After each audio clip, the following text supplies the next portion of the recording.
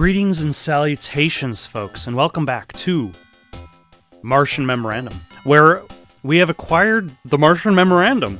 The thing that said, hey, there's this Oracle Stone. It's got mystic properties. We need to investigate it. So let us head back to Lowell. I have to get outside. I suppose that makes sense.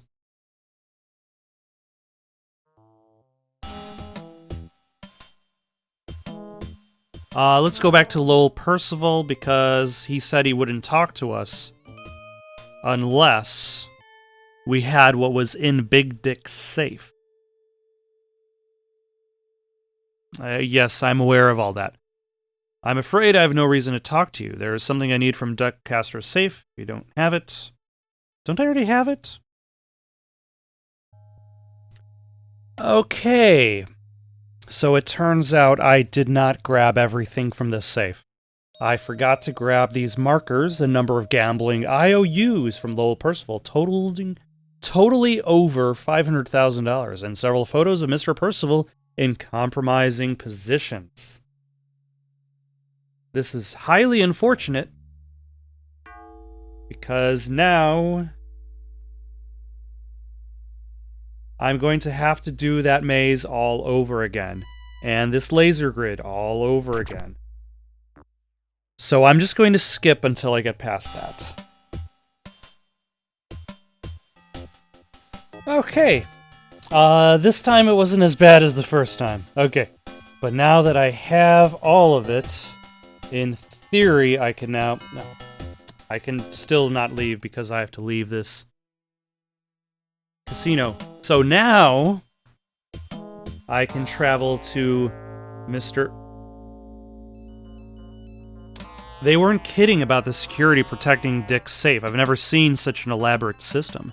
Since I've got a moment, I review several items I've picked up. Lowell Percival's gambling notes. I bet he'll tell something if I give these to him. The Martian Memorandum reads to Collier Stanton. The colonists have found an ancient Martian artifact. They call it the Oracle Stone. Blah, blah, blah, mystical powers, blah, blah, blah. If it can't be purchased, signed Thomas Dangerfield. I know Stanton became Marshal Alexander, but who is Thomas Dangerfield? Okay, how does he know Stanton became Marshal Alexander? When did he make that leap of logic? So Stanton was the Martian expedition leader who had all the colonists murdered. So I guess it would make sense that Stanton would hide his identity, because he essentially disappeared. But who is Thomas Dangerfield? Let us talk to Lowell Percival. Good work, Murphy. Alright. Let's see if I can get him to talk about Marshal Alexander. Now that he's dead, I'm going to get control over his empire and add it to my own. Then I'll be the top dog. The big enchilada. The Brass himself. Terraform Core got the early rights to the silicon mining and built the utility... Oh my gosh, that's a facial expression. Built the utilities and buildings that allow them to control the majority of commerce on the planet. I hope to someday control all of this myself. Which is today, I guess? Everyone has heard about Stanton, the man who slaughtered an early Martian colony. Don't know. A beautiful woman and a talented actress. I use those terms loosely, of course. Now that she is a free woman, I intend to start seeing her. Okay, sir. Don't know. He's that pinhead plastic surgeon I know from the Lions Club. The transportation system that gets most of these people to the planet. Don't know. Don't know anything about the Stanton exposition. He knows about Stanton, just not his expedition. I'm a man who knows how to exploit any advantage that might fall to me. Don't know. Is that how you introduce yourself? You're like, hey, can you tell me about yourself? I exploit all of the advantages. Any opening, I find it, and I penetrate. Where did I leave off? Rick Logan. I believe that's the name of the fellow who contacted me about the Oracle Stone, the magic rock.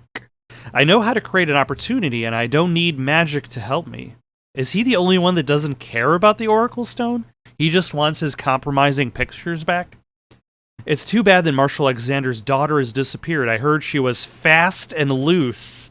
She probably was found murdered somewhere in an alley. However, that would mean controlling interest in Marshal Alexander's company would go to his wife, Nora Desmond Alexander. It won't benefit me if you find Alexis, but a deal's a deal. A fellow named Rocky Bullwinkle. A fellow named Rocky Bullwinkle at Big's Dick's Casino might help you out. Okay. That was not expected. Don't know anything about that. Don't know anything about that. I got contacted about a rock with magical power, a stone that helped Marshal Alexander become the wealthiest man in the universe. What a crock. He got there by being shrewd. That's how I intend to take his place. Yeah, he actually doesn't care about the Oracle Stone. You're pretty sharp, Murphy. Anybody who can get inside Castro's safe would have to be. That is true. Let's see. Thomas Dangerfield, don't know anything. Jane Mansfield. Dick's got the vice concession on this planet pretty well wrapped up. That would change if Terraform decides to put him out of business and give the franchise to someone else. Now that you mention it, Alexis used to hang out there. Ask the guard there, Rocky Bullwinkle. You can't bother him at work, but he goes someplace near the casino after. I was in pretty deep to Castro. I'm out now, thanks to you. Okay, it decided to reset the menu again. Where did I leave? That's nice. Rocky Bullwinkle. Rocky's a former prize fighter who's soft in the head. He's the bouncer at Big Dick's Casino. Try following him sometime. I know he has connections that may be able to help you. Deacon Hawk's a beautiful woman who had a little too much radiation on the brain. She believes we desecrate this planet by importing our earthly ways and exploiting Mars the way we have the Earth. She wants to build a society based upon the long-dead Martian customs, but I say if their customs were so hot, why are they dead and we're here? They were too hot, so that's why the atmosphere was unable to compensate. Their customs were that hot. Also, why is nobody talking about ancient Martians? All right, let's go to the Aerobics Academy, save our game, before we try following Rocky Bullwinkle, of all people.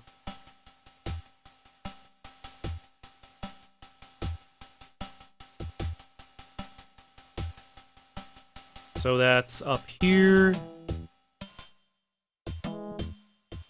I think I just stand outside and just wait patiently.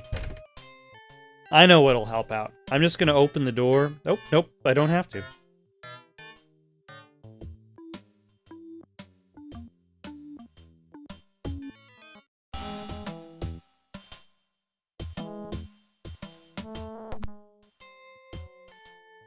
Rocky doesn't like being followed. He decides to beat you within an inch of your life. Unfortunately, he misjudged the distance, and I'm dead again.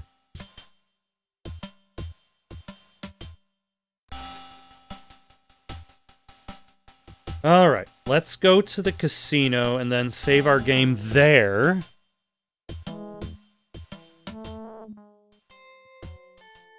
You know, for a man who has a gun, Tex is not very dangerous. So I will wait until he goes into the alley, follow him in there, quickly go there, because apparently that matters.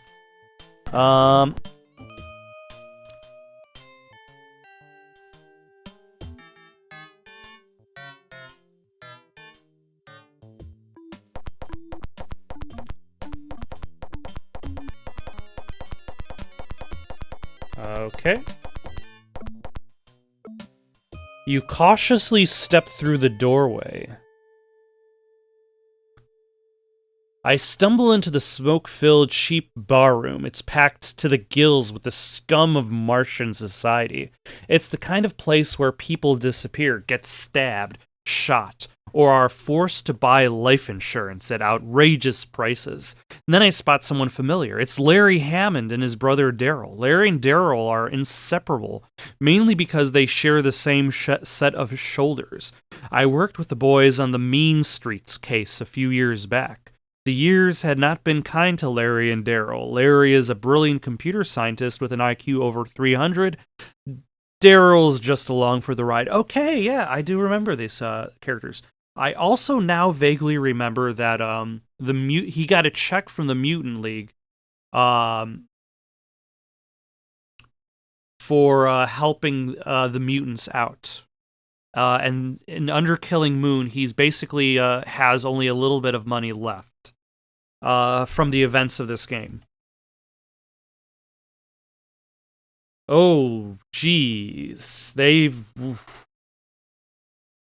Oof. What can I do for you? Well, he is the Lord King of the industry on this planet, or was. They haven't always been fair with our people in the past, and rumors are spreading that the company is in trouble. Don't know anything, don't know anything, don't know anything, don't know anything, don't know anything. I tried to get him to remove this ugly growth from my shoulder, but he declined. Yeah, I'd imagine that would be a little bit trickier than your typical plastic surgeon can handle, because that growth has consciousness. It's the only boat ride out. Don't know anything. No, nothing. Lowell actually isn't a bad guy. I've worked with him before. He's ambitious and he would like to run things on this planet. But he's always been fair to me. If you treat him right, he'll return the favor. There's Chantel, Rick Logan. I've seen the name on television in the paper. She's the heir to Marshall Alexander. She's been missing for several months. Don't know anything. Don't know anything. Nothing at all. Oh. I know that guy. He's building some huge nuclear-powered reactor. I did some work for him on a magnetic field generation system. Thomas Dangerfield. Jane Mansfield. Daryl would like you to arrange a date for him. Oof. Good luck. Big Dick is a vicious, savage gangster. He's gone crazy with power over at the Casino Viz. He drove all of his competitors back to Earth. Rocky's okay. He's just a little dim-witted because his brains have been pounded into mush. He's kept his ears open for the mutants at Big Dick's. Deacon knows everything that happens in Mars. I really think she can see the future, but she probably wouldn't talk to you. She tries to help those who are downtrodden, but give her this amulet, it may loosen her up a bit. Bloodworth? Nathan Bloodworth? He smuggles in contraband. He's got a wife in town by the name of Michelle. Here's the address. Oh. Michelle Bloodworth? Where are you at? Michelle keeps good tabs on Nathan. Aren't okay? Bradley's a bitter despondent young man. He believes he's the son of Marshall Alexander and feels he's been outcast and unfairly treated. Don't know anything. Don't know anything. It's good to see you, Tex. It's been a long time. Okay. So we were supposed to follow Rocky, but instead we found somebody else, and that's okay?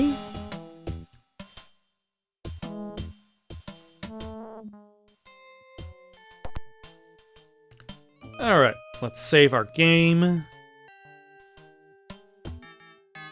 And travel to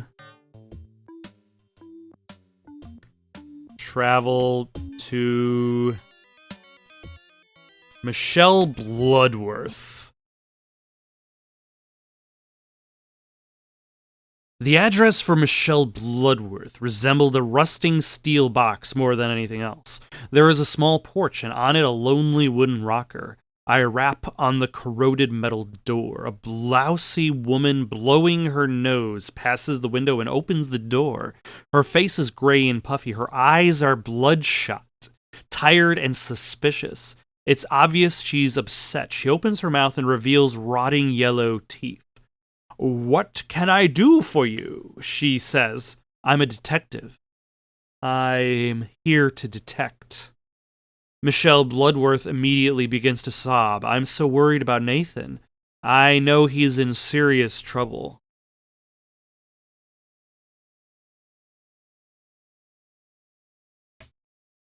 "What can I do for you?" Wow, that is a character that was created by somebody at some point in time.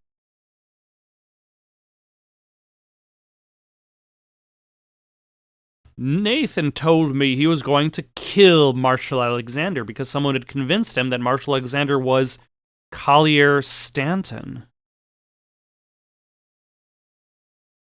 Nathan's father, Robert, was the leader of the colonists that were massacred by Stanton so that he could get his hands on the Oracle Stone. Okay. So now we know why Marshall Alexander died.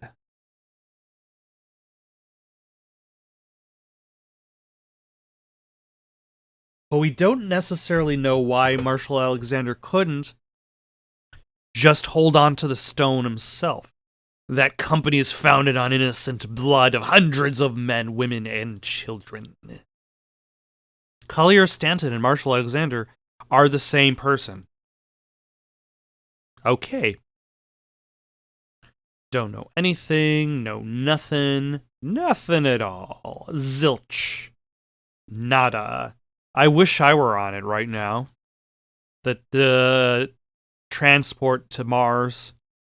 That was a group of scientists led by Collier Stanton. He's just another greedy businessman. I don't trust him. Don't know anything. Rick Logan, nothing. Nathan told me that Alexander's daughter was being tricked into stealing the stone from her father. All right, which would have happened by Rick Logan. Rick Logan tricks Alexis to steal the stone in the intent of bringing it to its actual owners, but he just wants to sell it. She gets cold feet, and he ends up killing himself. The Oracle Stone was discovered by the early colonists. It was a protective mechanism that one day popped out of the ground. The stone was said to have... Okay, let's try that again.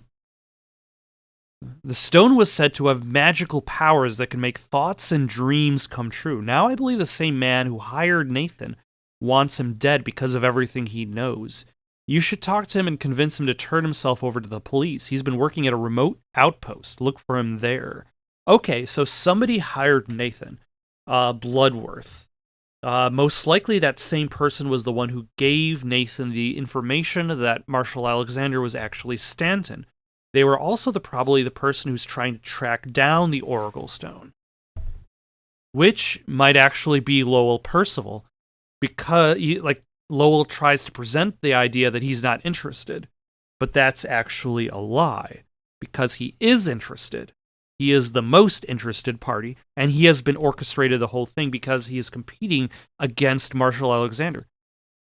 I've heard the name mentioned by Nathan on occasion. I don't know if he is the man who told him about Alexander or not.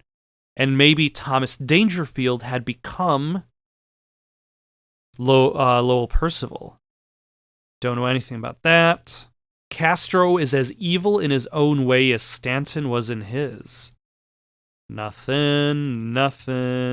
Nathan is not a bloodthirsty killer. He told me that the plan was to trick Alexander to coming to the train yard by telling him he would buy the stone back. When Alexander arrived, he realized it was a trap. Alexander then struggled desperately to get away. Nathan ended up slashing his throat with a broken bottle. Nathan is part Cherokee. He cut Alexander's ears off as part of an ancient ritual. The ritual is to remind Alexander in the next world that he had no pity and did not listen to the screams of the dying. He wrote a curse on the side of the train in Alexander's blood, condemning him in the next world. Okay, so that's why there was the knife and blood. It wasn't necessarily the murder weapon, but I'm Nathan's wife. I know what Nathan did to Marshal Alexander was wrong, but it should have been done by authorities years ago. I'm glad Alexander's dead. So you're saying that authorities should have killed him and then cut off his ears and then wrote messages in his blood. Johnny Fedora is one of Nathan's connections on Earth. He also was involved in the plan. I don't know. This is the first person who has said nothing, doesn't know anything about the man sitting across from them. Let's go to Aerobics Academy, save our game, then figure out where we want to go next, which is going to be probably that remote outpost.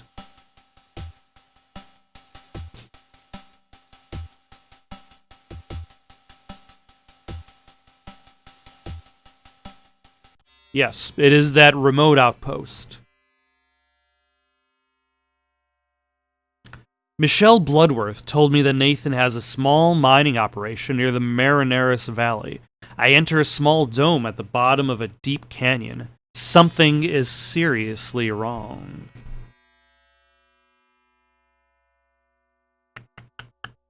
Okay. Card, box, tools, rebreather, left door, fire, jetpack, right door, miner. A solid steel I-beam has fallen across the body of an old man. The bloody and broken remains of miner Nathan Bloodworth lie crushed on the hard, cold ground. He mouths the words, "Help, help, help," over and over again, but no sound comes out. His lungs are punctured by his own broken ribs.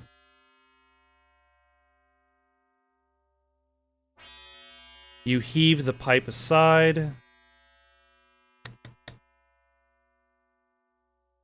I believe your attorney would advise against this. Can I help him? What's up?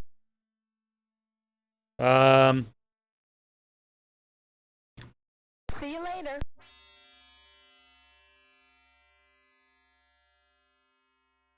You look at the box and realize it is an ancient wood and brass military footlocker.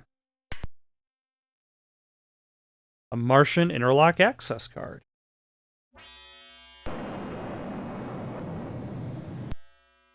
Okay.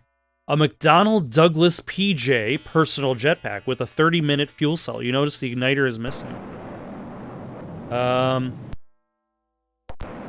I did not realize this place was going to explode.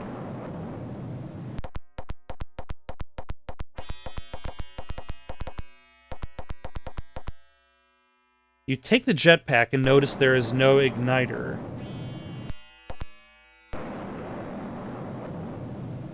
Heavy mining equipment, including a robot tunnel borer, a processing furnace for smelting, slurry box, and pumps.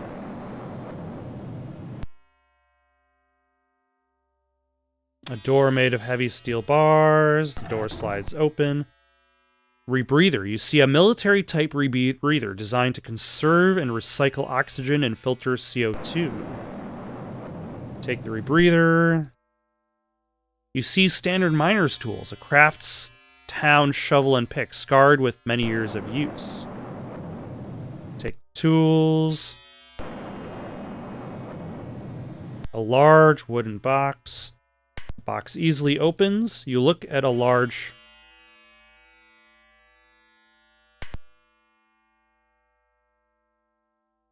You move the box, hoping for a clue underneath, but it turns out you haven't got a clue. Can't take that.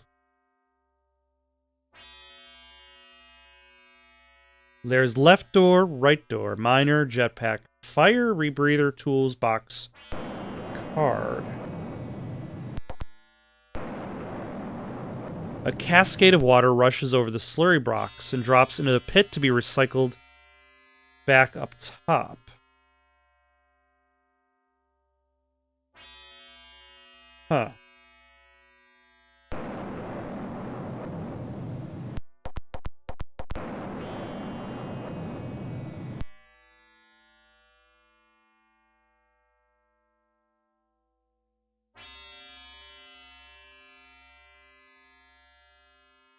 Oh, okay. I probably should have figured it out.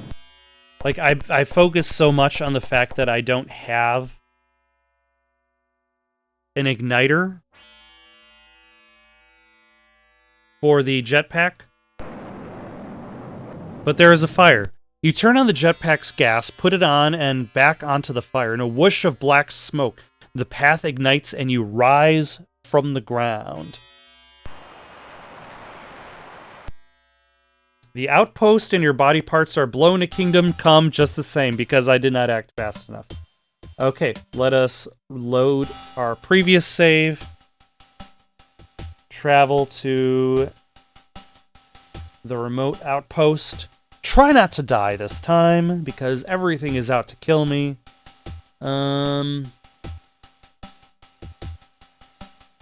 Did I not save? I don't think I saved. That's okay. All I really have to do is talk to her about Nathan Bloodworth. No, I have to talk to her about the Oracle Stone.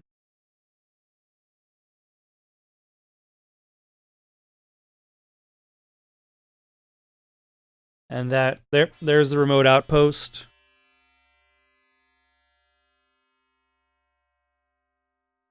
Now, holy, oh my.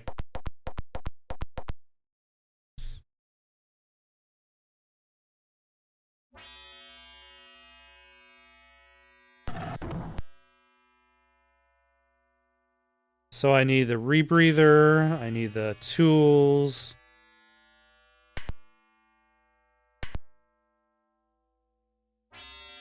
Take card. I need to walk all the way over to the right side of the screen. I probably should have walked to the right side of the screen first.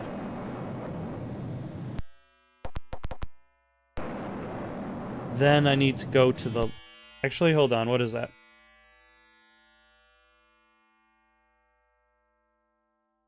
Okay, so I don't need to take that.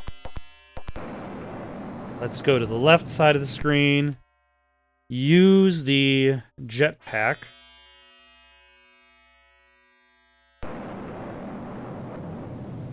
And now, hopefully not die.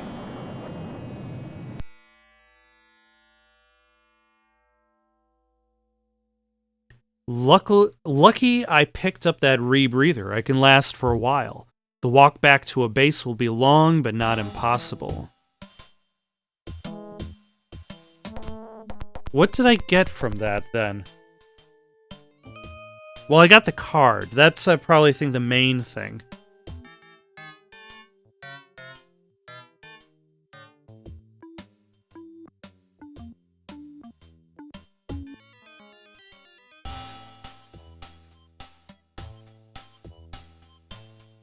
Like the ancient walled city of Petra, the monument of the temple is carved directly from the towering wall of Martian granite.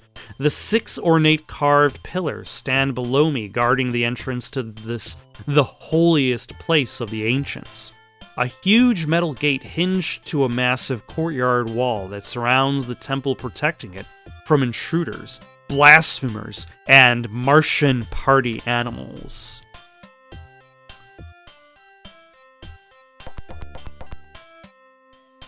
Let us save our game, because everything kills us around these parts. A statue of an ancient Martian god of light, Phobos. A statue of ancient Martian god of darkness, Deimos. Are those things? Is that the reason why the areas in Mars are called Phobos and Deimos? Probably more based on Greek mythology. Eternal torches burn the sacred oil of Talma. Hieroglyphs of a forgotten race and language. Fence is titanium and steel and masonry, a recent addition, many thanks to the Martian Preservation Association. Alright, let's go through the door to the temple.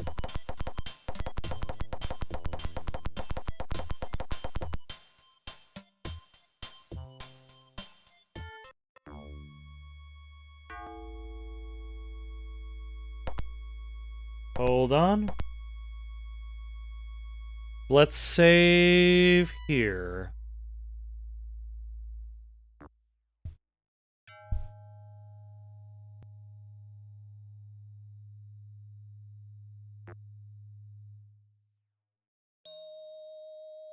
A heavy-set man is prodding the priest and yelling, "Tell me where it is or die." The bad guy is armed to the hilt with a very expensive laser weapon. A Martian folklore, each column stands for a sin. The priestess appears to be tied to the pillar and is being prodded by a nasty fellow. Highly polished mirror made of Martian crystal. A large metal pole with cup on the end, used to put out the large torches around the temple.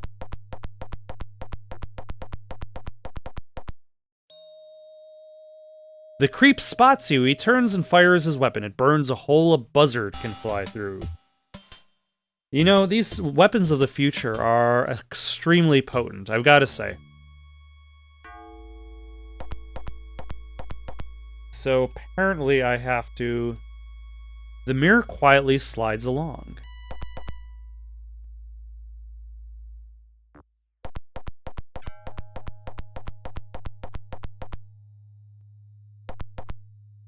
And do I get this? You can't take it.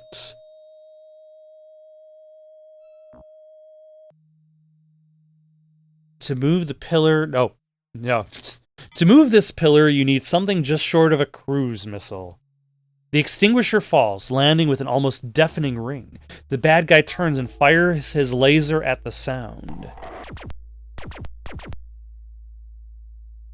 Excellent.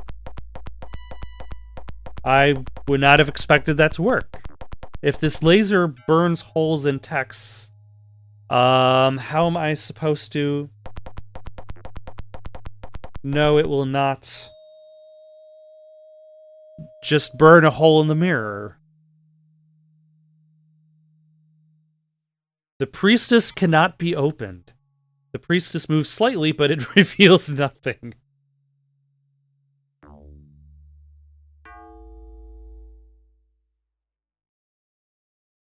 Deacon Hawk may have been a high priestess, but she looks more like a goddess. In her late 20s, she is tall, almost 6 feet. Her hair is very white and as thick as rope. It trails down her shoulders and back. Her sensuality is so intense I can practically feel her heart beating from where I am. She is clad in a shimmering red ceremonial gown, a striking contrast against her unblemished skin. Like fine porcelain, her skin reflects the light, making her almost luminous. Her red lips are very full, and her azure blue eyes glisten, and through them, to the very depths of her, I see a fire smoldering, smoky, and hot. The light has returned. Now I must give the knowledge you seek. Okay. Marshall Alexander, or Collier Stanton, was a brilliant scientist. His lust for power of the stone, however, drove him to commit genocide. Absolute power has that effect on people. Alexander was a highly intelligent man who learned to use the stone at an extremely limited level. Even at that level, look at all he accomplished.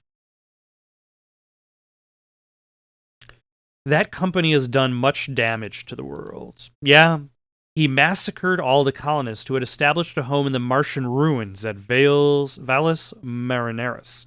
He escaped to Earth and reappeared a few years later as Marshall Alexander. It seems like now, like this is common knowledge for everybody. Everybody seems to know this at this point. And Tex is just kind of catching up. Lawrence Barkley, TMS. The Trans-Martian shuttle is the link between Earth and Mars. That's the group of scientists who murdered the colonists. Don't know anything. You know, I would have expected her to be more of like a strange, like a cult leader, but she's just kind of there. He attempted to contact me in regards to the stone, but was killed before I could get to him. Marshal Alexander's daughter arrived a short time ago. She contacted several people and then disappeared. I believe she is now being held against her will. One person I know who may help you locate Alexis. His name is Cooper Bradbury.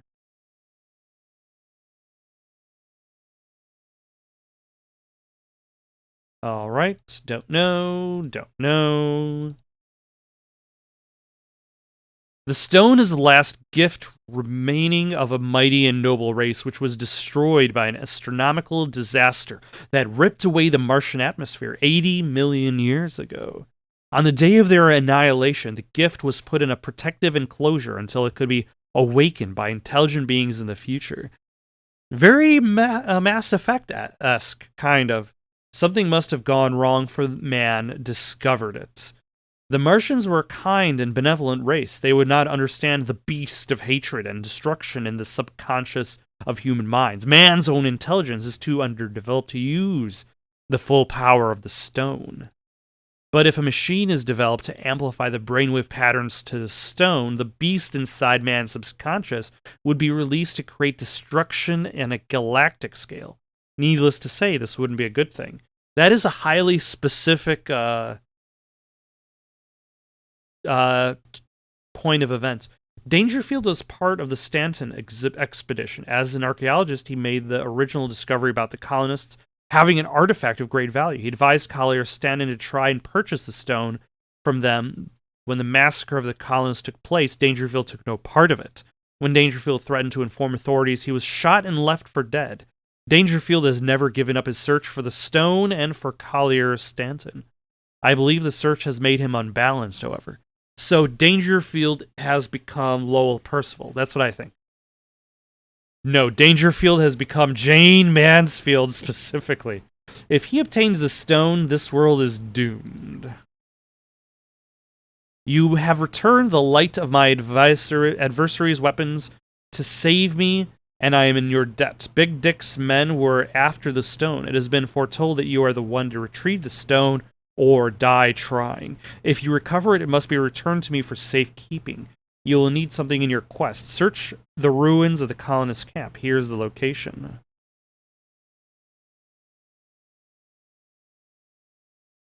Nathan Bloodworth, Michelle Bloodworth, Bradley Cooper. Bradbury is the Bradbury. Cooper Bradbury, not Raymond Bradbury, is a leader of the mutant faction on Mars. He is not popular with the authorities. If you find him, he could help you locate Alexis Alexander.